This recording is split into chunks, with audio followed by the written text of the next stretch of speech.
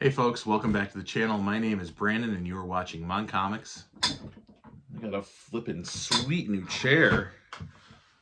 Thanks to my neighbors for hooking me up with this awesome gaming chair their son wasn't using anymore. I feel like I'm in a X-Wing fighter. This is great. But this is not the purpose of the video, but I'm happy with my new chair. This is a big one, guys. I really wanted to get this unboxed. It came in today. I'm pretty sick. My whole family's sick. I'm on the tail end of it, so just a lot of rest and stuff, but there was no way I wasn't going to look at this day, and there was no way I wasn't going to film an unboxing, so let's get right into it.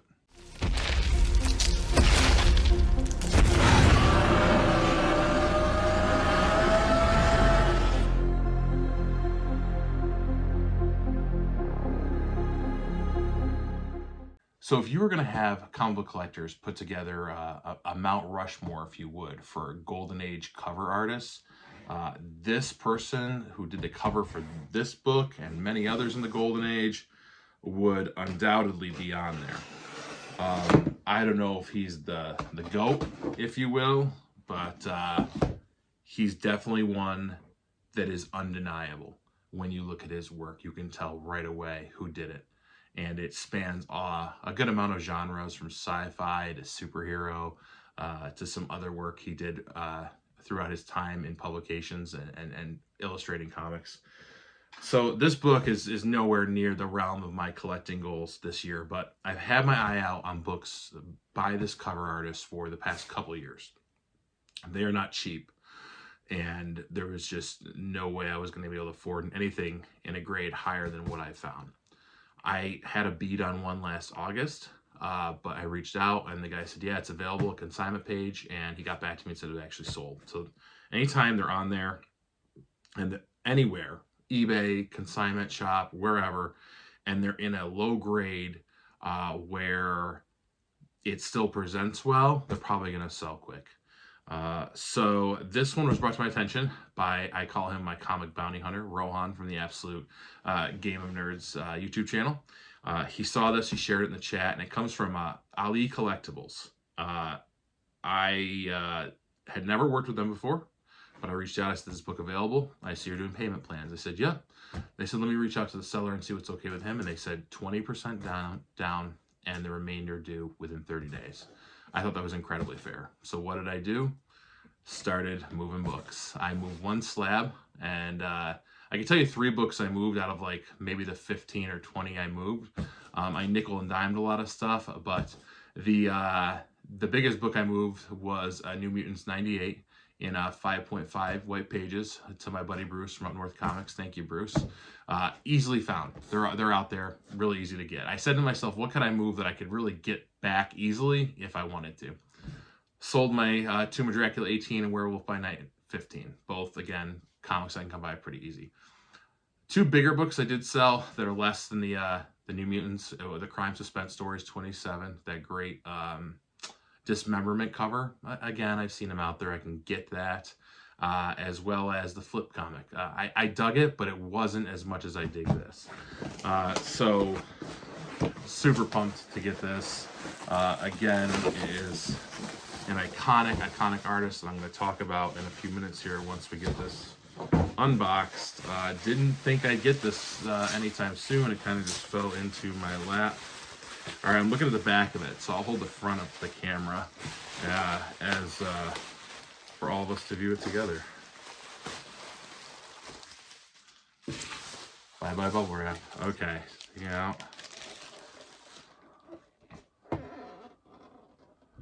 Marvel Mystery Comics, issue 57, from July of 1944. Easily the oldest book in my collection. This thing's going to be 81 years old in a few months.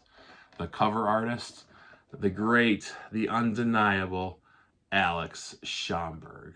So let me look at this without looking through a camera on it. Ah, what a beauty. What a piece of art. Auto binder story. Al Gabriel, Al Bellman, Alan Simon, and Bob Oxner art, and Alex Schomburg cover.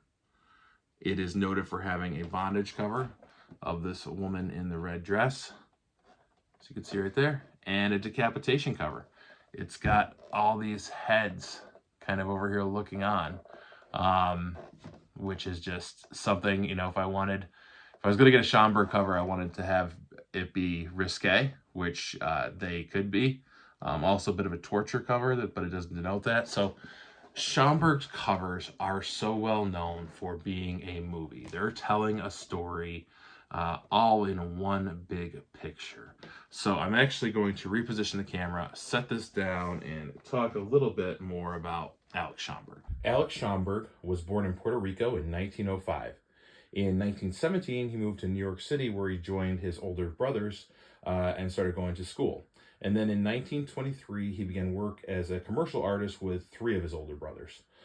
He worked for a number of publications in his early career, but he is perhaps best known for his freelance work with Timely Comics, which is the 1940s forerunner of Marvel Comics.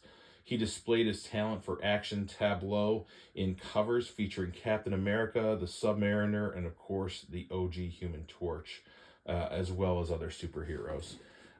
Like I said, his cover just tells a whole story, from the woman getting tortured and almost killed by that grinding machine, the bad guys getting beaten up, and of course we see the Human Torch, but not really the Human Torch that many people think of when they think of the Human Torch. So let me talk about that a little bit.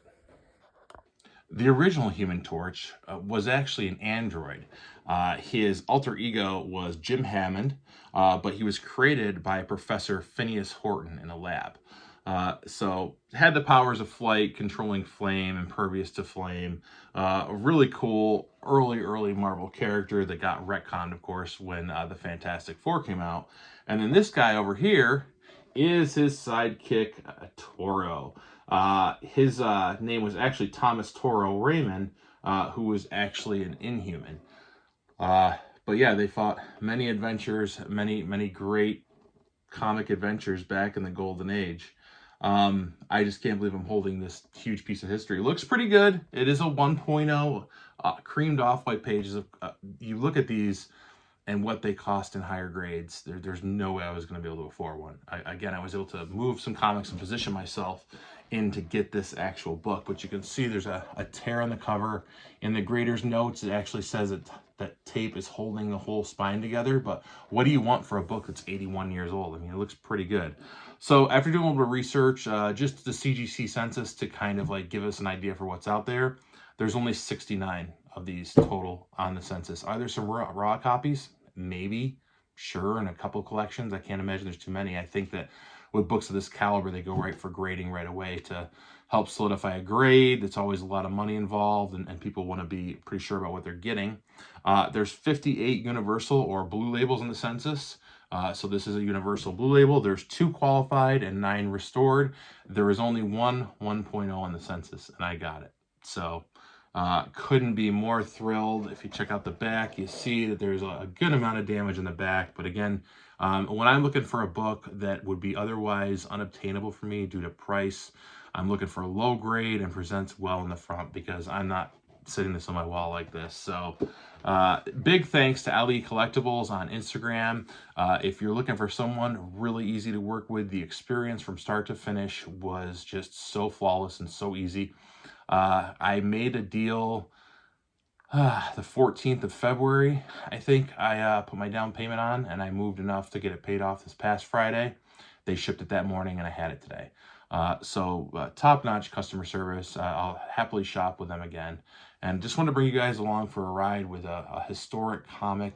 Again, I'm not going to the deep end of trying to get more. I just wanted one that was that classic Schomburg story on a cover. And man, did I get it with this cover. 1944, July.